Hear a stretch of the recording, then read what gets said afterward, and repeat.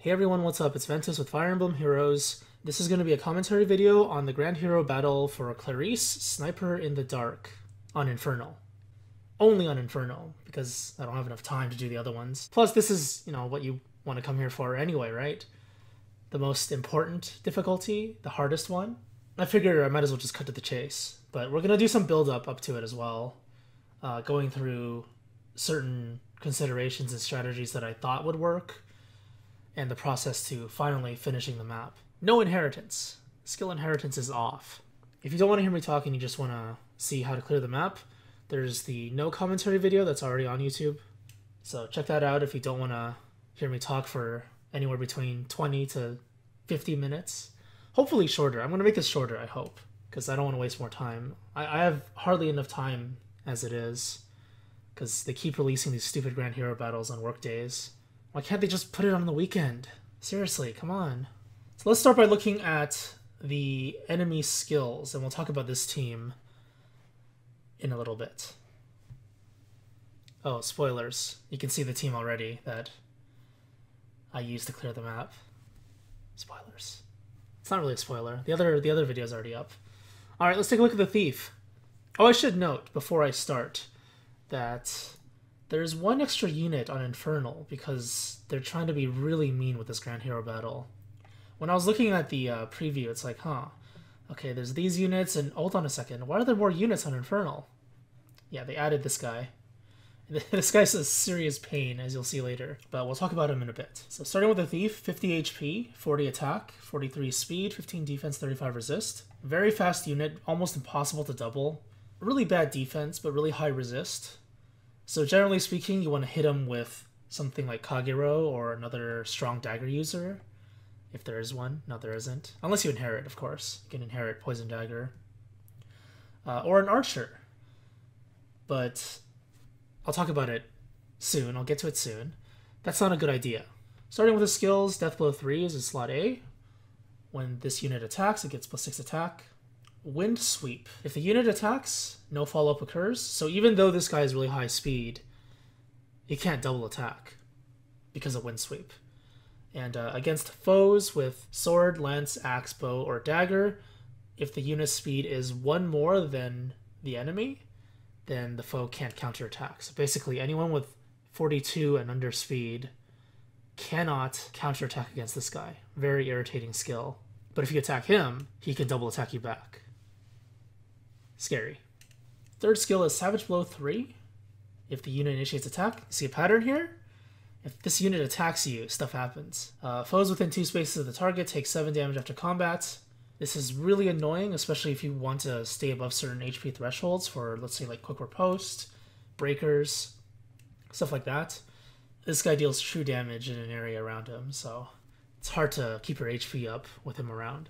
His weapon is Smoke Dagger. After combat, inflicts -6 defense and res on foes within 2 spaces of the target. Similar to Savage Blow, not only is it going to deal 7 damage to everything around the target, but you're also going to get super debuffed. It's pretty annoying, but that's what thieves do. His final skill is Moonbow. When it triggers, it ignores 30% of your defenses. In this case, your defense, because it's a physical attack. So against units with high defense, this thing is going to hurt pretty badly. And that's the Thief. So let's move on to the next character. Alright, the Sword Cavalier. 57 HP. 47 attack, 27 speed, 33 defense, and resist. Very tanky unit. This thing is very hard to kill if you don't have the right units. But more importantly, let's look at the skills, because this thing is so irritating, and with the strategy that I'm going to use to clear the map, it's very, very crucial that this unit dies. First skill, Fortress Defense, +5 defense, -3 attack. It's pretty straightforward. Renewal 3. At the start of every second turn, restores 10 HP. If you don't kill this thing fast, it's going to start healing. Spur Speed 3. Adjacent allies get +4 speed during combat. Weapon is Armor Slayer, so this thing kills Hector really badly. It doesn't have enough speed to double neutral Hector, though, so that's kind of interesting. I would have assumed that they would give this thing a little more speed, just so neutral Hector gets wrecked. But nope. It's perfectly fine. Neutral Hector does not get doubled. But even if you're using someone like Zephiel, Effie. Effie's not going to take as much damage for sure, but still, you don't want to get hit by this. Assist is reposition. Moves adjacent ally to the opposite side of the unit. So if the thief is over here, reposition goes boop and puts the thief there. He's not going to do that. It's going to do it the other way around. So I'll talk about it a bit right now, I guess. You can't attack any of these units unless you break this, which uses up one of your units, and then you like dive into them and die. So don't do that. But that's the only way to actually deal damage. Or what they're trying to do is they're trying to make it so that the units here will attack you first. It's a defensive map for them. That's why they're inside the fortress and they have defense tiles, which I'll get into more later. So what happens is if you try to tank up one of these units, this guy hits you for free because he has wind sweep. I mean, I might as well just talk about it now. He hits you for free because he has wind sweep, and then he gets repositioned to the other side. And then the other units get in range to attack. So if you go on certain tiles, you're going to get hit by multiple units, even though it seems like you can't. It's pretty troublesome. And more importantly, the reposition keeps them safe, so it moves them out of range of your counterattack. So you can't just kill them next turn and then reposition yourself away. This is generally the player's strategy in Grand Hero battles. You poke them and then you pull back. You use draw back or reposition. But in this case, the enemies are doing it. And it's really annoying to be on the receiving end of it. So yeah, this unit is troublesome. Final skill, the special, is Aegis. Reduces damage inflicted by attacks from foes 2 spaces away by 50%. So ranged attacks are going to not do as much damage once this thing becomes available. Next unit, and this is the other really troublesome unit on the map. It's the Green Cavalier up here. 46 HP, 50 attack, 28 speed, 19 defense, 38 resist. So this thing is decently tanky, especially on the resist side. But more importantly, it's got really high attack, and the skills make it even more dangerous. So let's look at the skills. A slot is Triangle Adept. Weapon Triangle Advantage is an additional 20%. Disadvantage is an additional minus 20%. So generally speaking, you want to be using red units against it. B slot, Quick Riposte. Unit automatically makes... I hate it when it says automatically, because it sounds like it does a brave attack when you say automatically. You should just say unit makes a follow-up attack. Don't even need the automatically. Unit makes a follow-up attack if attacked at HP above 70%, above or equal 70%. Questionable wording, for sure. Savage Blow 3, again. So there's 2 units now with Savage Blow 3. If it attacks, units within 2 spaces take 7 damage after combat. Really frustrating. Now, more synergy with skills. Green Raven. Plus. This weapon gives the Green Cavalier weapon advantage against colorless units. So with Triangle Adept, it has plus 40% attack against both blue and colorless units. Essentially, this thing is Cecilia. Actually, the stats make this unit even more dangerous, I think. Special is Growing Wind, piece of garbage skill. Before combat, if the cooldown is up, it deals damage in an area. It's like a plus sign in an area. This thing's not going to go off. It rarely goes off. Unless you utilize like a tank strategy, this thing is not going to go off. I say that about like almost every single 5 cooldown skill in the game. I always say that. It's really terrible. But at least it kind of makes this unit a little easier to deal with. So before, when I talked about how this guy is, the ninja, the thief, is weak against physical attacks, you want to use like Kagero, poison daggers in general, or bow attacks to take him out from a distance. Otherwise, you'll be getting too close. You can't really do that with this guy around. The Green Cavalier is going to basically one-shot most units of that type. So yeah, dangerous. Dangerous combination right here. This unit also, based on the positioning of the map, the walls and the choke points, it's going to have nearly the entire range of the map. So if you don't remove this thing, it's going to cut your Grand Hero battle really short, really fast. Personally, I think that the 2 keys to the map are these 2 units, the 2 Cavaliers. Because the map is so tight, confined, your units are so restricted, it's really important that you kill off the 4 and 5 effective range units that can just run around. I mean, Generally speaking, Horse Emblem is pretty irritating to deal with, right? People should know that by now. Blue Mage, 52 HP, 47 attack, 35 speed, 22 defense, 31 resist. Overall, it's a pretty average unit. Decently strong, decently tanky, decently fast. It's nothing too special, but the skills are a little bit annoying. The Blue Mage's first ability is Defiant Attack 3. When the unit is below 50% HP at the start of turn, grants +7 attack. It's a little bit lame, but it does have synergy with the rest of the skills. Water Sweep, same as Wind Sweep, but with different weapon types. If the unit initiates an attack, it can't do a follow-up attack against Magic, Staff, and Dragonstone. If the unit's speed is 1 more than the enemy's, the foe cannot counterattack. So anyone with 34 or below speed will be hit for free. I call these skills ballista skills because they're kind of like that. It simulates the ballista effect. So ballistas, bolting. If you play Fire Emblem, traditional Fire Emblem games like ballistas, bolting, mire, you know, those long range things, these skills simulate that. And then there's also the fire sweep, bow, and lance. The enemy can't counterattack your attacks, but then you also can't counterattack. Really similar to the ballista stuff. So yeah, that's just a little segue about what I think about these skills. Third skill? Oh, what is this? Another Savage Blow 3. Huh, I wonder what this is trying to tell you. Alright, let's talk about this as a whole then. So you have Wind Sweep, Savage Blow, Water Sweep, Savage Blow. Basically what the units are trying to do is they attack you for free, and you have to tank them because that's how the map works. They try to attack you for free, and then once they attack you for free, they splash everyone around you. That's the strategy for the map. It's a very irritating map. I thought this map was going to be like Ryoma's map on Conquest, because she's like a thief assassin, ninja assassin. Her weapon is a debuff weapon. She has Poison Strike. So I thought it's going to be like a bunch of ninjas and a choke point. Turns out it's a bunch of whatever sweep, ballistas and a choke point that also deal AoE damage. I don't know which one's more annoying. I think this is probably more annoying. I was hoping she would have the Inevitable End skill that Lunatic has, Lunatic Conquest. Just give her a Sacred Seal with Inevitable End. Whenever a debuff gets hit on you, it doesn't go away and like slowly goes away. And if another one hits you, it accumulates over time. Oh yeah, that's so fun. It is fun. No joke. I thought it was really fun. It's really challenging. But anyway, let's get back to this. Weapon is Blue Blade. It's very strange because there are no buffs on this team. Except for this. Defiant Attack. So when this unit is below 50% HP, Defiant Attack triggers and gives it +7 attack.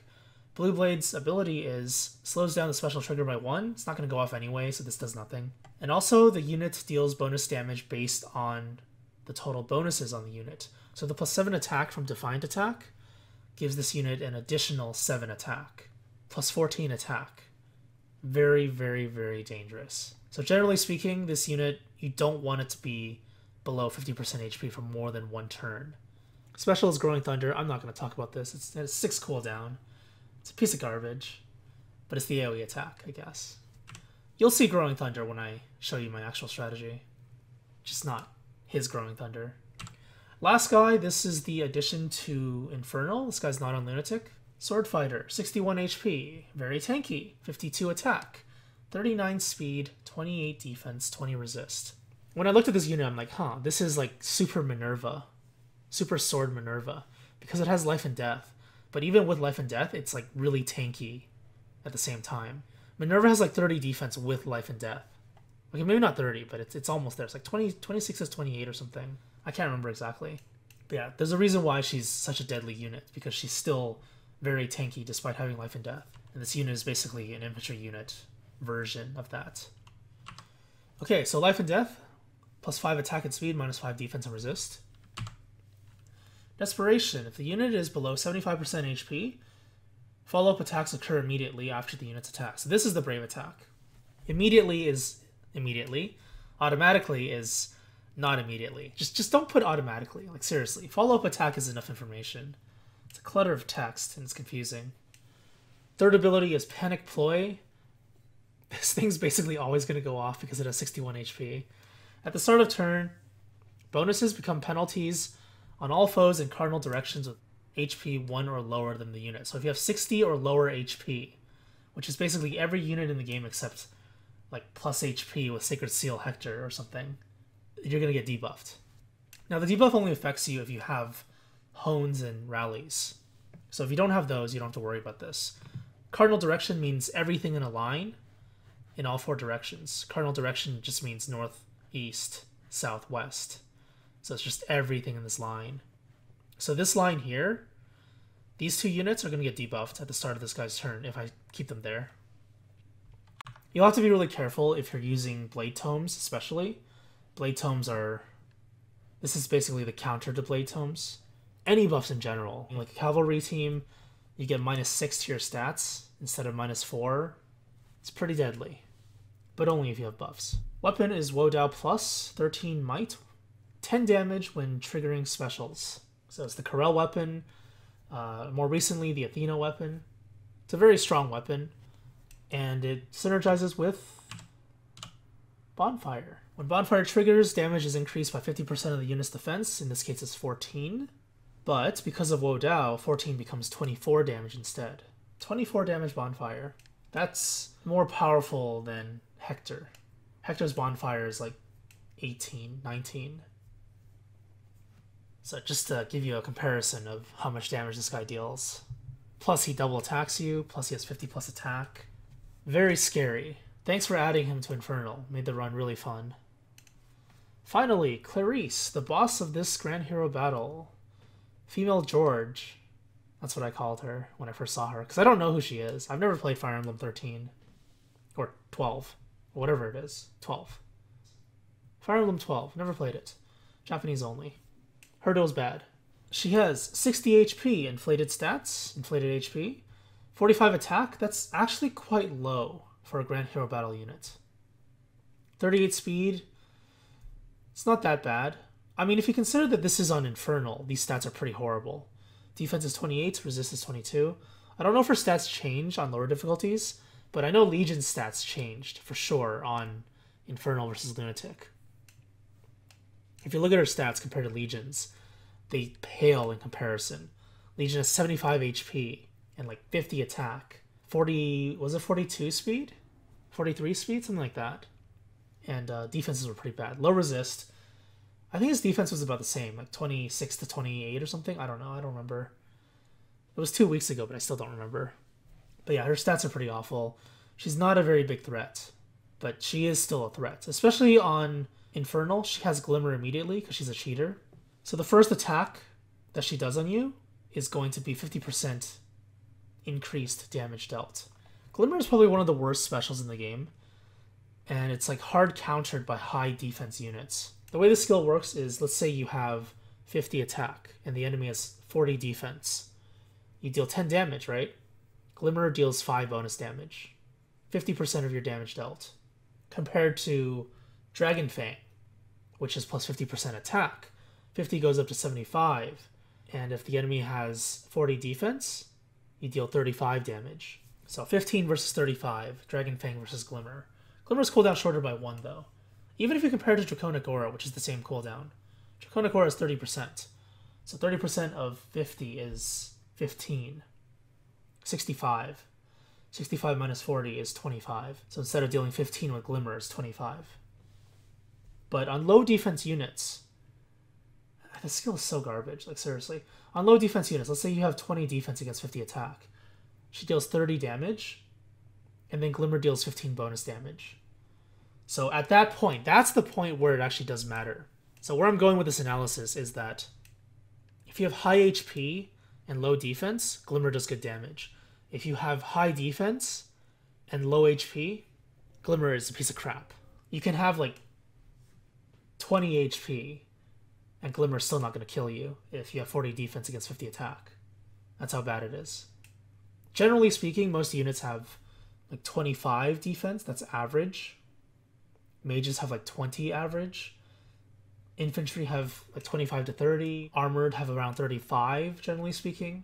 So against all units except mages, Glimmer is probably going to do less damage unless you're using Triangle Adept.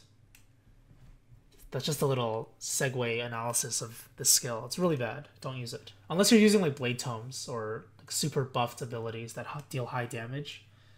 It's just not worth it. Anyway, that's Clarisse's stats in Glimmer. Let's talk about her other skills. Slot A is Darting Blow. So even though she has 38 speed, which is a little bit low for Infernal, I mean, we only have Legion to compare with. And he had Fury, so it's kind of a cheat. But this will kind of make up for it. When you're attacking her, you need 43 speed to double her. When she's attacking you, you need 49 speed to double her. And you need 40 plus speed to not get doubled by her. So it's pretty scary. And especially considering the fact that she's always going to be attacking you first because of the map layout. You're going to be taking a double attack from her most likely. Poison Strike 3. After initiating combat, deals 10 damage to the foe after combat. Like I said, she's like an assassin type of archer. Poison Strike doesn't seem that deadly, but when you consider the fact that the enemies have really beefy stats, and you're not going to be able to kill them very fast, and you may survive with like single-digit HP, this Poison Strike does matter a lot, because it could lower you to like a death threshold for your unit. Her third skill is Threat and Defense 3. If for any reason you're within 2 spaces of her, at the start of her turn, you get -5 defense. Generally speaking, this is unlikely going to happen unless you do a tank strat. But considering how beefy the units are, and also considering the fact that I use the tank strat, it does go off. So unlike the threaten abilities from the previous Grand Hero battle, this one does actually matter for tank strats. I mean, if you have like a Reinhardt or some kind of super nuke and you're super inherited, it doesn't matter. Clarisse's bow, after the unit attacks, foes within 2 spaces suffer -5 attack and speed. So it's basically Dark Breath, except bow form. Pretty annoying. It's another one of those things that if it attacks one of your units, everything around it gets debuffed. That's kind of the theme of this map. Your primary unit tanking may not suffer that much, but everything around that unit is going to suffer a lot. Have fun with that. And obviously her last skill is Glimmer. Talked about that already. Okay, so to end off the unit overview, let's talk about what we found so far, the patterns. A lot of Savage Blow units, a lot of AoEs, AoE debuffs, AoE damage, more AoE debuffs. It's just all over the map. And there's a pretty good mixture of high defense and high resist units. But the other thing to consider is what type of units are on the map. And if you look at the map, you'll notice that a majority of the units are ranged. So one thing to consider is that it's probably better to use melee units on this map. So if you can manipulate the units properly, the AI properly, you'll be able to deal free damage to them. So even though they have like Wind Sweep, Water Sweep, whatever, if you hit them with a melee attack, it doesn't matter. But I'll get into that a little more in a little bit. Just keep that in mind, especially when you're trying to build your own team for this. Alright, the first strategy we're going to look at is this team. This isn't the first attempt ever. I don't actually have the recording of the first attempt ever because I did it while I was making breakfast. RIP. I don't have much time. I have to use all the time I can. I guess I'll talk about the first attempt. I picked Robin, Olivia, Gordon. I forgot what the last unit was. The very first attempt, it doesn't matter what the other unit was. Basically what I did was, okay, I thought there's a colorless unit here, there's a colorless unit here. Robin does really well. Even without Triangle Adept, he does pretty well. So I'm going to send Robin in right here, tank up both of them. This tile is not in range of this guy, but in range of this thing and this thing. So Robin's perfect. So I sent him in, and he died. He just straight up died. So I'm like, huh, okay, that doesn't work. That strategy is not viable. With Triangle Adept, I'm pretty sure it's viable. It's because he just takes too much damage. With Triangle Adept, especially considering Glimmer, Glimmer does 0 damage if you have Triangle Adept, I'm pretty sure. Bowbreaker destroys this thing. But essentially what I did was, okay, since there's a debuff unit here, the Panic Ploy, it's not a good idea to use actual buffs like Rallies, Hones, so I'm just going to use Spurs. The entire way through, the strategy is to use Spurs only. So I'm going to give Spur defense from Draug to Robin with this strategy. And we'll see what happens. Alright, so Robin moves up, Draug moves up. These two don't really matter that much. And let's see the damage taken. Remember, this is without inheritance. No skill inheritance. 10 damage from the Glimmer, 7 damage from the regular attack. And this guy's going to be a nuisance and reposition.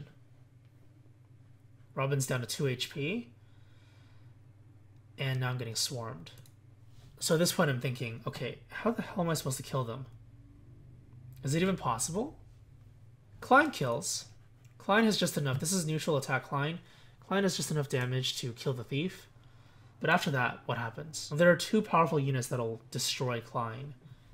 Clarisse and the green guy with Triangle Adept and Green Raven. So if you're going to attack like this, you need to have some way to protect him. Unfortunately, this team lacks that. And at this point, the strategy is already over. So that doesn't work. Just straight up doesn't work. Tharja, the idea behind Tharja is that she can take out this unit really easily. But without buffs, her damage is pretty bad. Even though this is a plus attack Tharja, it's pretty strong. But you need buffs for Blade Tomes. If you don't use buffs, they're just not that good. And on top of that, the Green Cavalier has a lot of resist. So even if you're attacking this thing and you deal like 50 plus damage, it's only going to take like 20 damage, 30 damage at most. And it has 46 HP.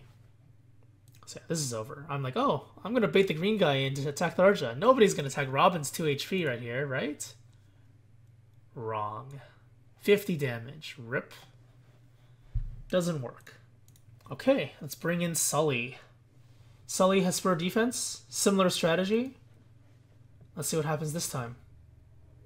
Robin tanks the hits. 2 HP remaining. Does almost no damage. Savage Blow splashes. And now the green guy went this way instead of that way. That's interesting. Why did the green unit go down instead of right when Tharja is down and Robin and Sully are over here? I mentioned that the keys to the map are this unit here, the red Cavalier, and the green Cavalier. If you don't manipulate them well enough, because they have the longest range, essentially, you want to try and bait them in and make them overextend.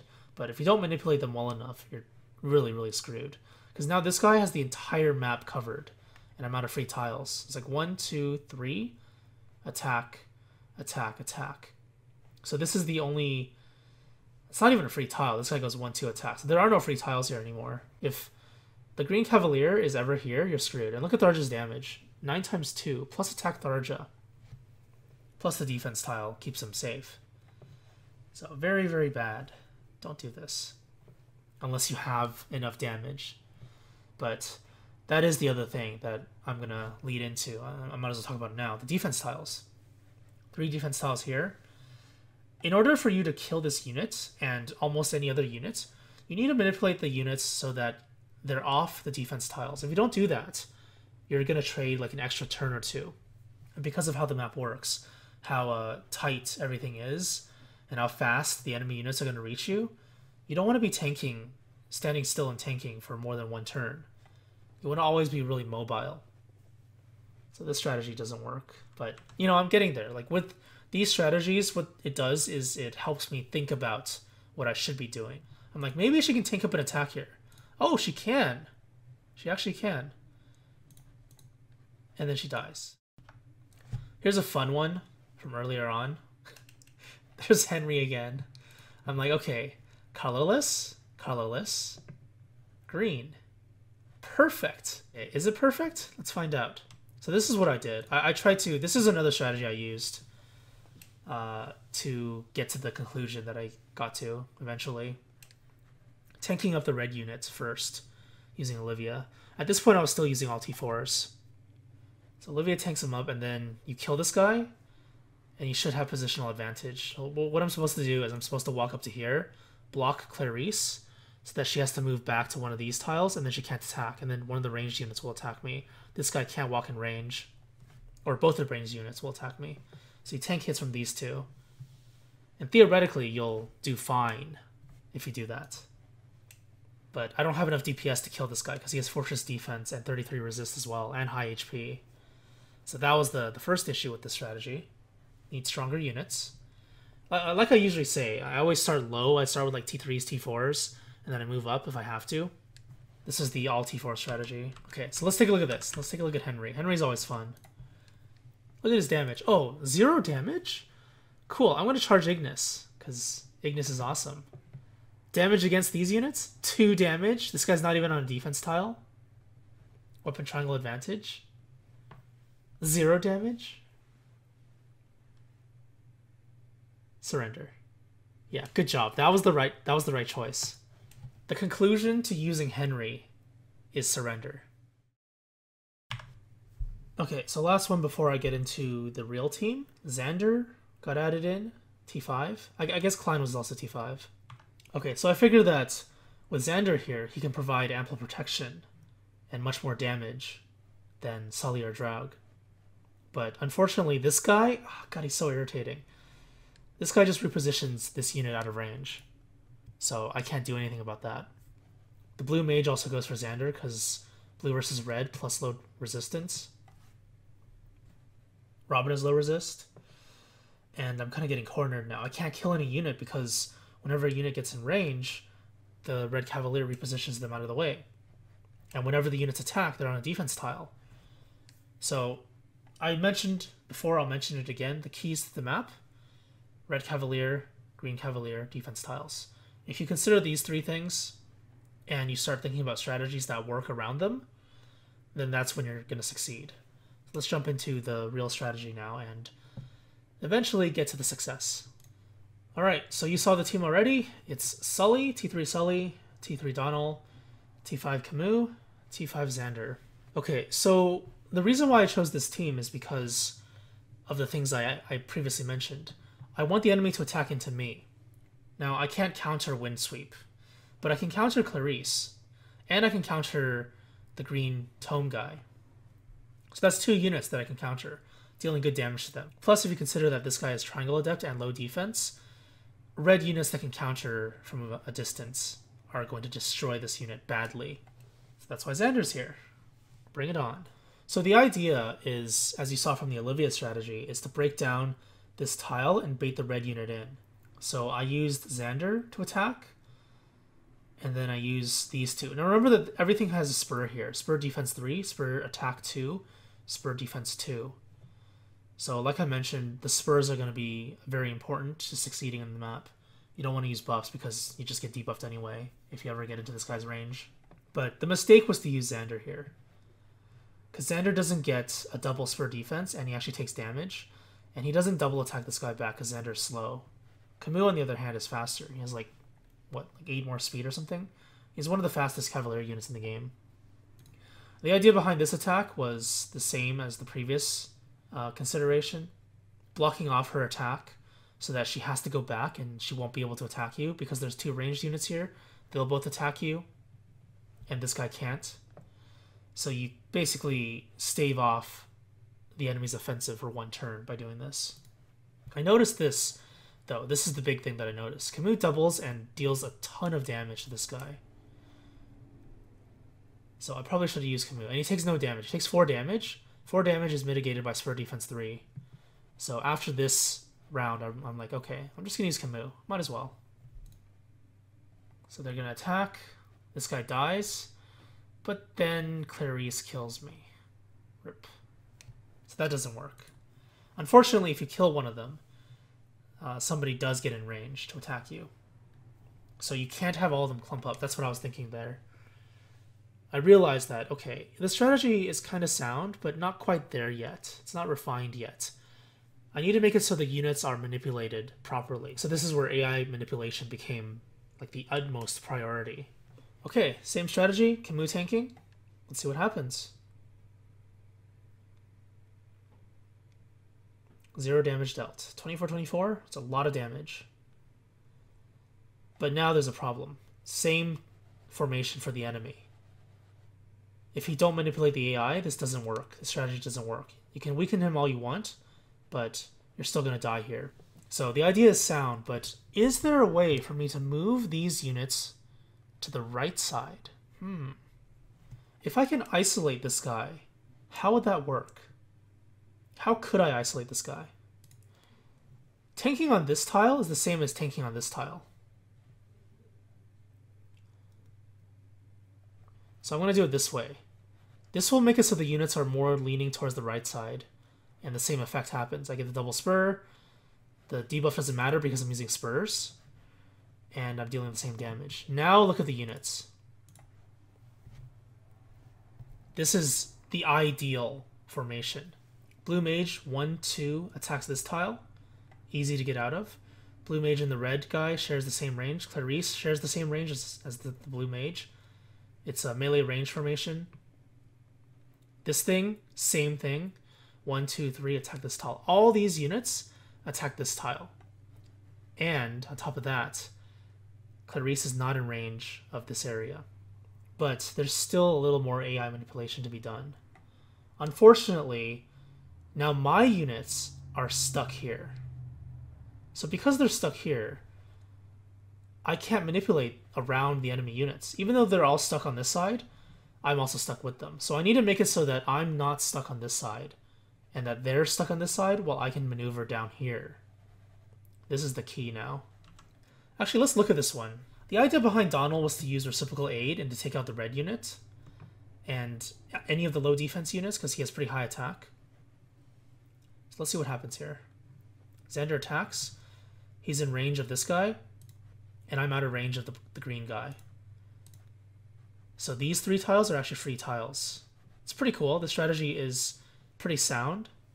It's just not quite there yet. Donnel takes a hit. Savage Blow goes off against Sully. Rip. Xander gets attacked and kills. Easy peasy. But the issue now is that these units are split up. Instead of all going this way, they split up to this side. So now I have units everywhere. Clarisse is 1, 2, 3, 4. Her attack range is like this entire area now. Actually, it cuts off here. It's like this, this, this, and all the way around. But I have to be in her range. The Blue Mage, 1, 2, 3, 4, attacks this tile or attacks this, this, this. So this line, curvy line, is the Blue Mage's range. The only way to kill this guy is to attack him twice, because I can't double him. But if I attack him twice, I'll be in range of either the red guy, which is 1, 2, 3, or the blue guy, 1, 2, 3, 4. So these 2 tiles are danger tiles around him. This one's a free tile, but I can't kill from the free tile. So this is where the strategy comes to a dead end. T3 Donnel, level 37. T3 Sully. The Savage Blow destroyed Swordbreaker. So I mentioned earlier, Savage Blow would be really annoying for these kinds of skills. Swordbreaker, Quick Riposte. This is Savage Blow in action right here. At this point I was thinking, Donnel's not really doing anything, is he? I brought him in for reciprocal aid, but all he's doing is baiting the dagger guy to attack him. So I'm like, okay, let's use Tsubaki then. Tsubaki can deal with the red unit better. He's overall tankier, faster, stronger. Like, maybe not stronger, but he's tankier and faster for sure.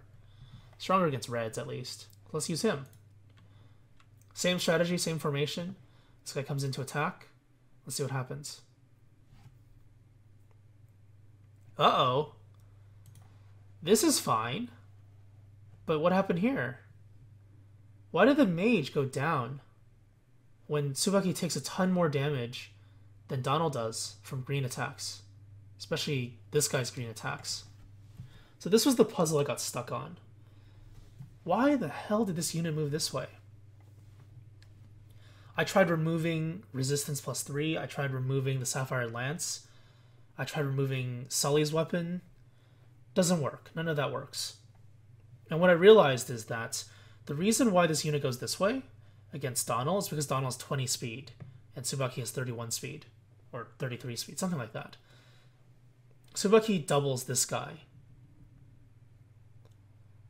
But more importantly, Tsubaki doesn't get doubled by this guy. So the damage calculation is that Tsubaki only takes 1 hit of massive damage, whereas Donnel takes 2 hits of massive damage, and the 2 hits add up to more than the massive 1 hit. And that's why he goes here instead of here. If this green guy goes here, your strategy is not going to work ever, because of that massive range, and then you get choked in between again. So let's go back to Donnel. Donnel is the key to the map. But we were here already. There's not enough tiles here. So let's try to manipulate this differently then. Because I know Donnel is the key to the map now, because he is the bait for the AI, All that matters is that he's over here. Nothing else matters. So this is the formation that I came up with. Instead of tanking here, I'm tanking here, because it's the same anyway.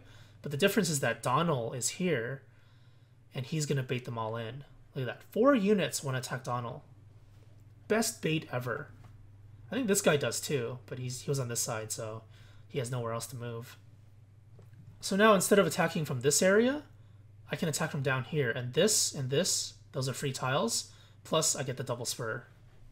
Easy pickings. Xander attacks. Camus. Sully. They're in range of the dagger guy, but the dagger guy attacks Donnel. And because he's so isolated, Savage Blow does nothing. If the dagger guy attacked Sully, the dagger guy would deal more damage. Sully has low defense, and then 7 damage, 14 damage splash, and debuff. So technically the AI should have attacked here if the AI were smart, but the AI prioritizes highest damage dealt, and highest damage dealt is against Donnel. Direct damage anyway. Green guy attacks. Xander says, "What are you doing?" and kills him instantly. And now Clarisse goes this way with the red guy, because the red guy knows he can kill Donnel. Clarisse knows he can kill Donnel. The blue guy, probably could, but Xander looks more delicious to him. So he goes this way. Now I need to deal with this guy.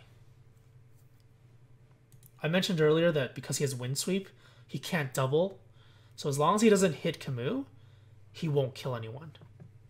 And because Camus has distance counter, he actually does counterattack. Because water sweep is not for physical weapons, it's for magic weapons. So this guy can't double attack, and water sweep is useless. It just debuffs him. That's it. So Camus is probably the perfect unit, one of the perfect units to deal with this guy. So Camus goes here, making sure that this guy attacks from this tile. I mean, there's no other way, but the idea is to not let them sit on their defense tiles to get buffs from it. So attack like that. Attack with Xander. Move him out of range of the danger units. Move Sully here because you don't want her. You want her to be at her minimum range, as close as possible to the enemy or to your units. And the enemy's danger range is here, so might as well put her there instead of here because this is 1 extra movement, and this will actually matter. This guy attacks, counter back because physical weapon. I get splashed, but doesn't really matter. Camus has his Growing Thunder. This is the Growing Thunder that goes off in the match. Beautiful. Terrible skill, but beautiful. Donnel's going to move out of the way. They still can't catch up. Xander moves here. And the idea is because she can't actually get out of range of Clarisse, the only way she's going to do that is with draw back. So Xander sits here and lets her draw back and pull herself 4 range across. And Xander moves 3 range anyway and becomes this unstoppable tank sitting on a defense tile with spur defense from Sully and then taking a physical attack. So this is like perfect manipulation.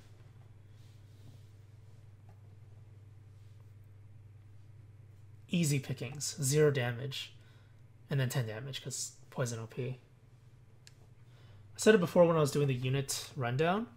This guy's really tanky despite having life and death. So I can't kill him with Xander. He's going to be the biggest problem out of all the units. So I put Xander on a defense tile to tank up Clarisse. Move Donnel there, draw back. And now everyone is safe, and Xander tanks more hits. Still alive. Can't kill him. Now this is where it gets important. If you don't bait this properly, Clarisse goes this way with the melee unit. If both units go this way, you're kind of screwed. You need to separate them somehow. So you need to bait her away to this side, and you need to bait him in. The best way to do that is to Birthright AI him. Put a unit in his attack range, and then he'll attack no matter what. In this case, you want to make it so Donnel goes this way, so Clarisse goes this way.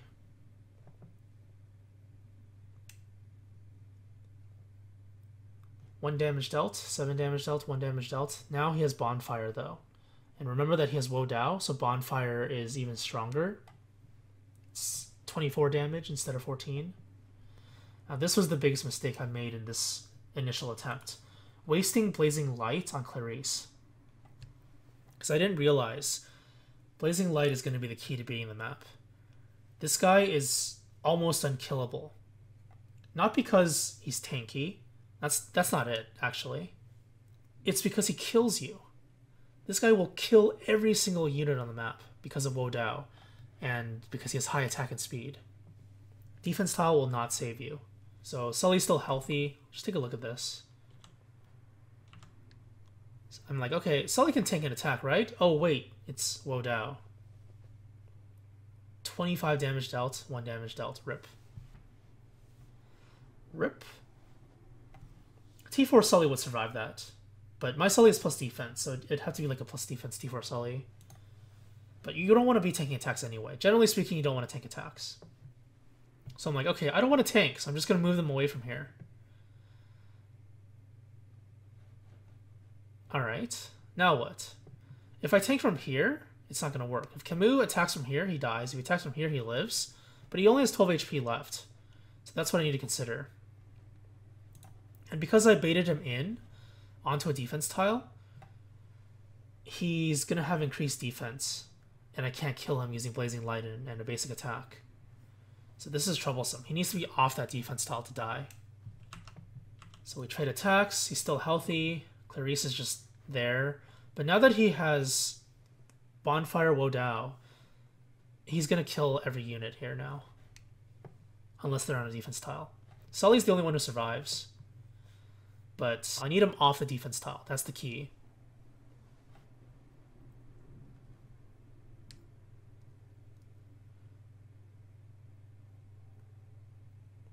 Xander kills. Yay! But Xander's in Clarisse's range now. So I spent 3 units to kill this guy because he was on a defense tile. And because Clarisse is pretty powerful, I die. Alright, let's take a look at the successful run. Just the final part, because up until this point it's the same thing. The only difference is that I traded places with Sully and Donnel. Both of them will bait them in. Clarisse wants to kill her because she has low defense. He has low defense, technically. So they go opposite sides. Camus is going to kill her no matter what.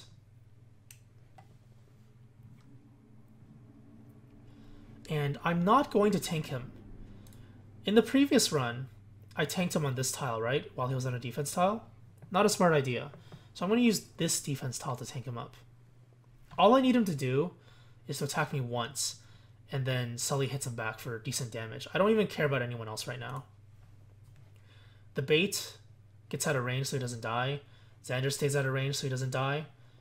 Sully can tank up the attack because of the defense tile. 1 damage, 15 back, 1 damage. And now he's at 46 HP. Don't want to attack him. Don't do that. All I need to do is, with the Blazing Light that I saved up, 50 damage dealt.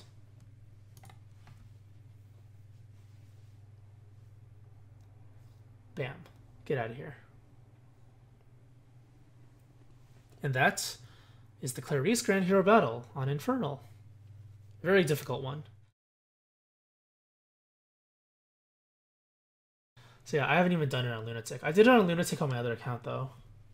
I did it on Infernal and Lunatic. The other account was much easier because I have Hector and Reinhardt. That should say enough. This account doesn't have that. This is my main account. My second account is more OP stuff than my main account. But yeah, this is how to do it without skill inheritance. The tanking strategy with triple blue and single red. 2 T3 units, 2 T5 units. They have distance counter built in. It's pretty crucial that they have it. Pretty crucial that 3 of the units have Spur. And the most important key to the map is the Donnel. Can't believe I said that. Donnel is the bait, the AI manipulator on the map. Without Donnel, you can't do this map. So for the thumbnail, the reason why it's Donnel is because you have to use Donnel to beat this map with this strategy. I'm sure there are other units too. Other units with similar stats. As long as you get doubled by the green guy and you get doubled for massive damage both times, I think you can probably use that unit because Donnel didn't do anything. He literally didn't do anything. He just ran around the map. That's it. He doesn't have any spurs. He doesn't have any buffs. He didn't use reciprocal aid. He didn't attack anyone. So it was just these 3 units. It's a kind of unorthodox strategy. Very strange, but it works out. That's all that matters, right? It works out. So, like I always say, if you have skill inheritance, you might as well do it. Infernal is very brutal. There's no reason to not do skill inheritance if you can. There's no reason to be a masochist like me. So stuff like Triangle Adept Robin or another unit with high defense, Raven Tome, they can do pretty well. Bowbreaker. Even the Wolf Tomes are kind of interesting. I tried out Rye a little bit, but I was missing a little bit of damage. T3 Rye is a bit brutal. I think it's probably possible to do it with him, but I need to figure something out. I need to figure out how to solve the puzzle, because there are some AI manipulation issues if you use Rye. He does really good damage against the Green Cavalier, though, so I might try some strategies out with him. There's no more Tempest Trials, so I don't have to worry about wasting stamina on that. I kind of want to try Selena as well. Triangle Adept with high speed and defense is good. Also, using melee units to corner the ranged units, or kiting the melee units around using ranged units. Those are the kind of things that you want to consider when you're doing an uphill battle. You have weaker units like T3, T4 units, and the enemy units are all Infernal level units. That's one of the ways to manipulate them. But I don't have enough time, like I said, in the morning to do all this stuff. I'll consider making another video because I have the stamina to waste now, but I'll have to figure that out. Maybe in a day or two later this week. Once I figure something interesting out, maybe I can upload that. We'll see. As for other characters, you can try out Awakening Tiki. She probably does pretty well. I killed off all of mine for Bonfire, so she wasn't an option for me. She's really similar to Xander in stats, but she deals magic damage. She won't hit the Green Cavalier as hard, but she still hits pretty hard. And she hits other units harder too. Draug, I really want to make Draug work because he has Lunge. And I really want to make Donnel work, because I think that Draug and Donnel do work. Brave attacks are really strong against those squishy units. There's that Thief with like 15 defense. And the Mage is pretty squishy too, the Blue Mage. So having these Brave attacks, maybe even Barst. Like there's all these things that I want to do, but I don't have time to do it, because I only have... I try to wake up early for Grand Hero battles. I only have like 6 hours to do the video or to figure it out, and then upload the video, the first one, the one without the commentary, then do the one with the commentary, then do the arena video. So yeah, 7 hours basically to do all this stuff is not very long, but I'll figure something out. I'll try to figure something out for later this week. There's also Horse Emblem. I don't even know if I should even mention this. You can always do Horse Emblem because it's just so strong. I could have used Gold Cavalry because I used triple Cavalry. I could use it on Camus. Camus has it. But I left on his Spur attack too because... I mean, partially because I forgot, but... I figured out like halfway through that I could probably use that, but I just kept it off anyway. Gold Cavalry would have been a wider and stronger buff, but, you know, it doesn't matter. It worked without it. Don't need it. Don't need the good stuff. So yeah, that'll be it for this commentary video for the Grand Hero battle on Clarisse. Hope it was helpful. I hope it inspires you to make your own strategies for it. Figure something out yourself. If not, use the exact same team. Aside from Sully, you should have all these units. So it should be a lot easier to mimic than last week's, for sure. Or not last week's, but last Grand Hero battle. But yeah, that'll be it for this video. So thanks for watching. Hope you enjoyed it. And I'll see you guys next time. Enjoy your Clarisse, and have a nice day. What? Need my help or something?